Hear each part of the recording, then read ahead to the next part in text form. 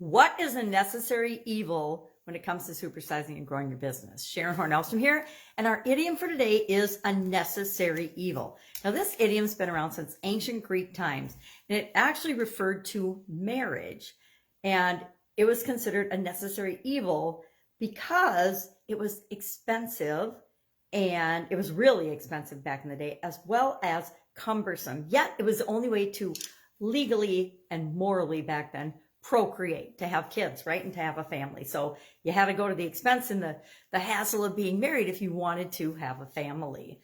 Now, Thomas Paine called government a necessary evil. And so the idea of sometimes we have to do things that we don't like or that we think are bad in order to create something good in the world.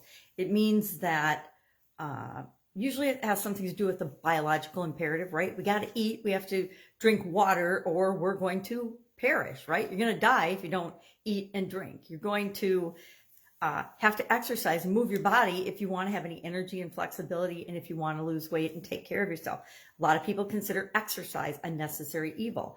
I personally think taxes are a necessary evil. So when I think about growing and supersizing my business, it's something we have to do, but it doesn't mean we like to do it, but we understand why it's for the greater good.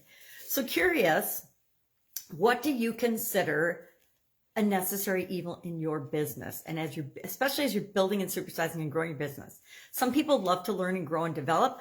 Other people realize that in order to grow and supersize their business, they have to become a better version of themselves. They have to let go of some of the beliefs that they've held probably for a very long time.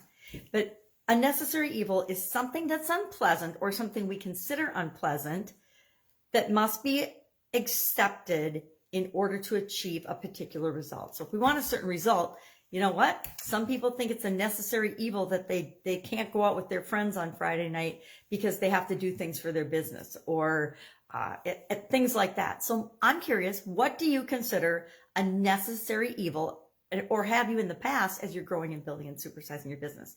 Like I said, taxes, struggling, decision-making, making choices, they're all things that, and reaching a different level of maturity, setting a good example, modeling other people, having plans, having goals.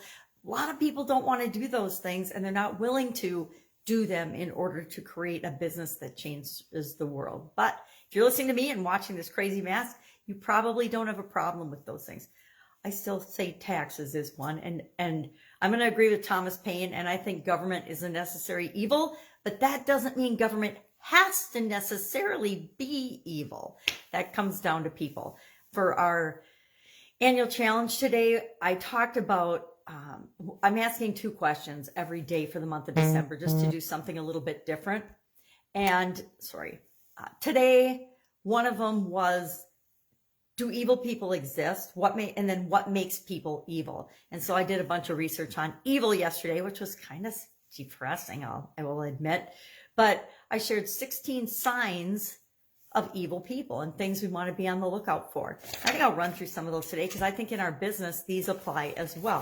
And then we want to make sure that we're not exhibiting and doing any of these things either, right? So number 1, enjoy the misfortune of others. Number 2, have control issues. Number 3, they're habitually dishonest. Number 4, they mislead you. Number 5, you feel strange when you're around them. We all have our spidey senses, or our intuition. And when something or someone makes us feel off or icky or negative or concerned or anything like that, we usually need to run the other way.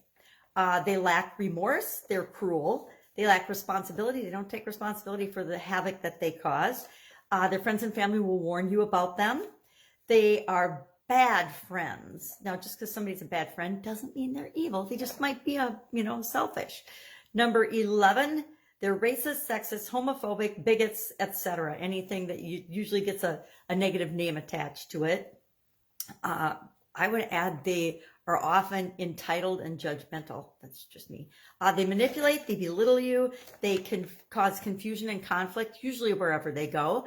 They lead double lives, and finally, they don't have boundaries. So I guess it's always a good idea to say and ask ourselves, are we exhibiting any of those evil behaviors? And if so, now's the time to change. All right, that's it. That's all I've got today. If I can help you in any way, ask. What do you consider a necessary evil for growing and building and supersizing your business? I'll be with you tomorrow.